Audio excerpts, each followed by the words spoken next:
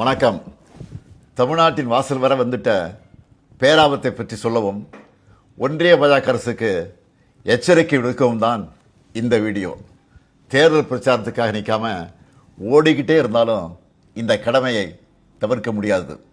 நாளை மறுநாள் ஏப்ரல் 16 நாடாளுமன்ற சிறப்பு கூட்டத்தொடர் கூடுதுன்னு சொல்றதை விட தமிழ்நாடு மேற்கு வங்க தேர்தலுக்கு நடுவில் வலுக்கட்டாயமாக கூட்டப்படுதுன்னு தான் சொல்லணும்.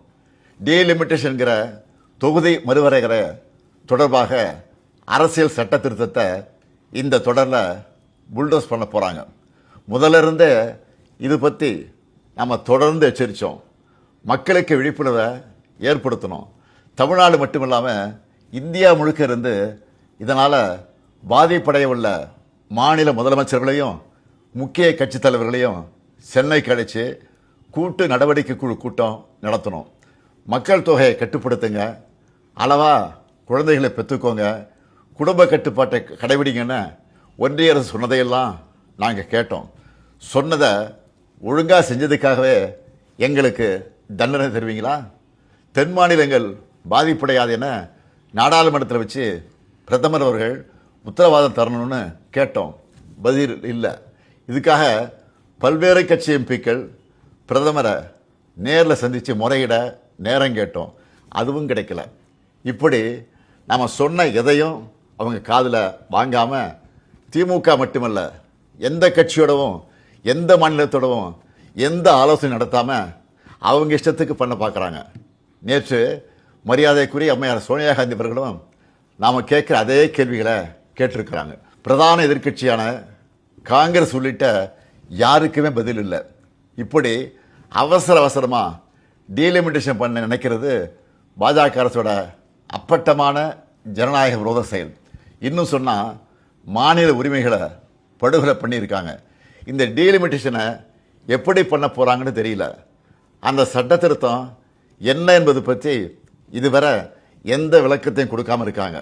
இவங்க இப்படி மறைச்சு பண்ணுறாங்கன்னா கண்டிப்பாக ஏதோ பெரிய ஆபத்து இருக்குன்னு எல்லாருக்குமே அந்த சந்தேகம் வலுவடையுது. தென் மாநில மக்கள் பெரும் அச்சத்தில் இருக்காங்க. நான் ஒன்றிய பாஜக அரசுக்கும் மாண்புமிகு பிரதமர் மோடி அவர்களுக்கும் இந்த நேரத்தில் முக்கியமாக ஒன்று சொல்லிக்கிறேன். நடக்க இருக்க நாடாளுமன்ற கூட்டத்தொடரில் எங்கள் எம்பிக்கள் கலந்துப்பாங்க. தமிழ்நாட்டை பாதிக்கிற மாதிரியோ வட மாநிலங்களுக்கு அரசியல் வலிமையை மேலும் வாரி வழங்குற மாதிரியோ ஏதாவது நடந்தால் தமிழ்நாட்டில் இருக்க நாங்கள்லாம் பார்த்துட்டு சும்மா இருக்க மாட்டோம். தமிழ்நாடு ஸ்தம்பிக்கும்.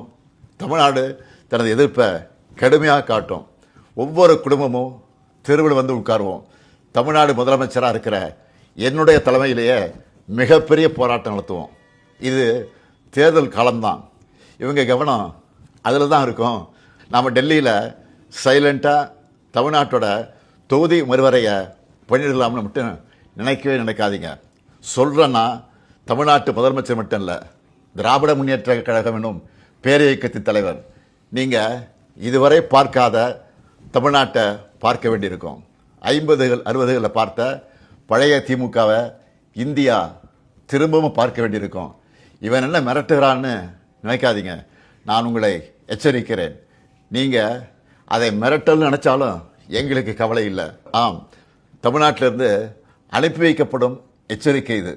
தேர்தல், ஆட்சி அதிகாரம் இதெல்லாம் எங்களுக்கு 2ஆம் பட்சம்தான். நாங்கள் சுயமரியாதைக்காரங்க. எங்களுக்கு கொள்கை தான் முக்கியம், மாநில உரிமைகள் தான் முக்கியம். அதுதான் பேரறிஞர் அண்ணாவும் முத்தமிழறிஞர் கலைஞரும் எங்களுக்கு கொடுத்துட்டு போன உயிர் கொள்கை.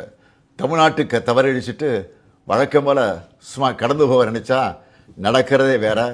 சட்டமேதை அண்ணல் அம்பேத்கர் அவர்களின் பிறந்தநாளில் அவர் மேல் ஆணையாக சொல்கிறேன், தமிழ்நாடு பாதிக்கப்பட்டால் இந்தியாவையே திரும்பி பார்க்க வச்சிடுவோம். மாண்புமிகு பிரதமர் மோடி அவர்களே, மீண்டும் சொல்கிறேன், இது தமிழ்நாட்டிலிருந்து உங்களை நோக்கி விடுக்கப்படக்கூடிய இறுதி எச்சரிக்கை. Tamil Nadu will fight, Tamil Nadu will win. Tamil Nadu போராடும், தமிழ்நாடு வெல்லும்.